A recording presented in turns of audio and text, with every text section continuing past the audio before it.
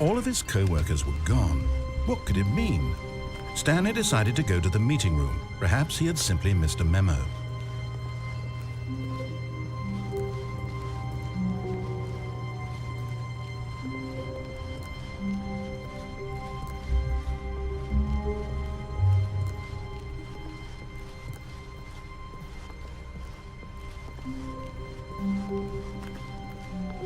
When Stanley came to a set of 2 open doors, he entered the door on his left.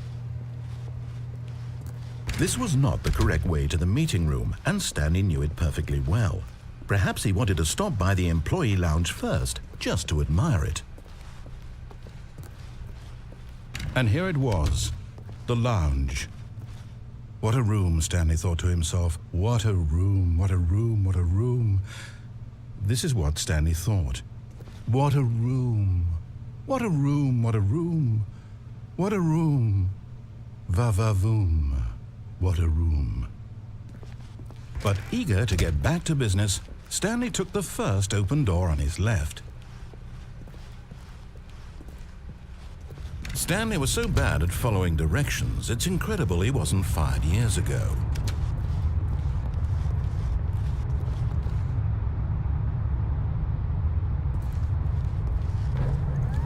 Look, Stanley, I think perhaps we've gotten off on the wrong foot here. I'm not your enemy, really, I'm not. I realize that investing your trust in someone else can be difficult, but the fact is that the story has been about nothing but you all this time. There's someone you've been neglecting, Stanley. Someone you've forgotten about. Please, stop trying to make every decision by yourself. Now, I'm not asking for me, I'm asking for her. This is it, Stanley. Your chance to redeem yourself, to put your work aside, to let her back into your life. She's been waiting.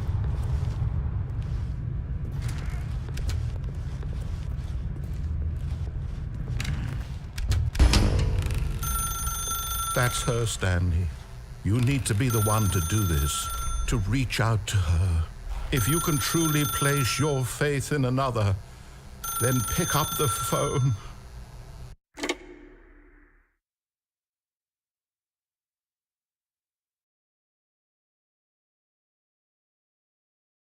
Oh, Stanley, is that you? Hold on, sweetie. Sorry to keep you waiting. I'm just pulling the bread out of the oven.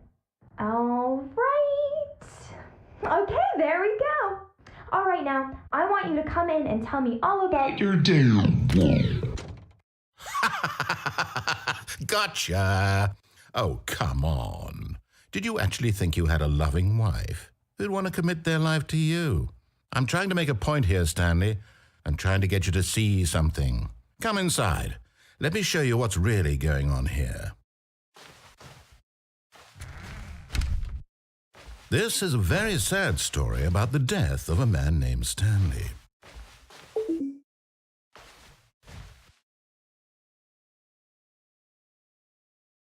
Stanley is quite a boring fellow. He has a job that demands nothing of him, and every button that he pushes is a reminder of the inconsequential nature of his existence.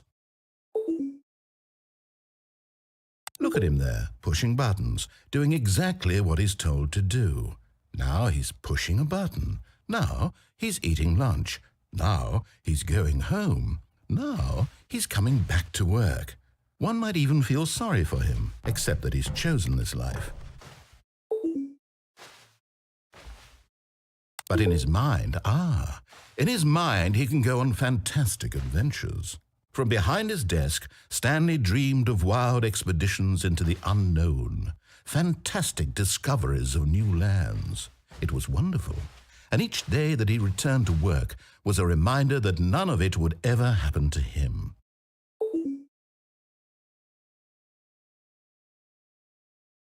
And so he began to fantasize about his own job. First, he imagined that one day while at work, he stepped up from his desk to realize that all of his co-workers, his boss, everyone in the building had suddenly vanished off the face of the earth. The thought excited him terribly. So he went further. He imagined that he came to two open doors and that he could go through either. At last, choice. It barely even mattered what lay behind each door. The mere thought that his decisions would mean something was almost too wonderful to behold. As he wandered through this fantasy world, he began to fill it with many possible paths and destinations. Down one path lay an enormous round room with monitors and mind controls. And down another was a yellow line that weaved in many directions, and down another was a game with a baby. And he called it the Stanley Parable.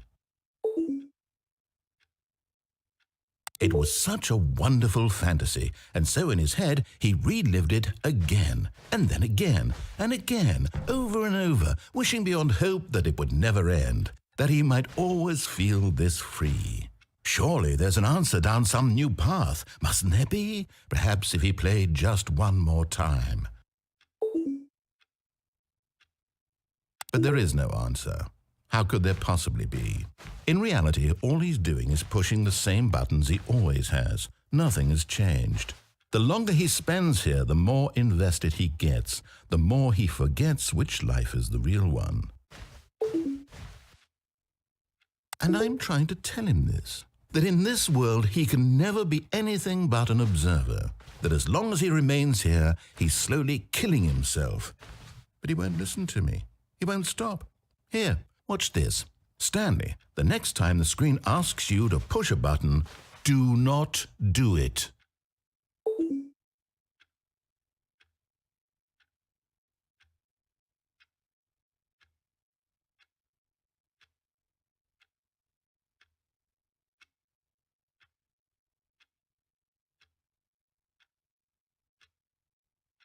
You see? Can he just not hear me?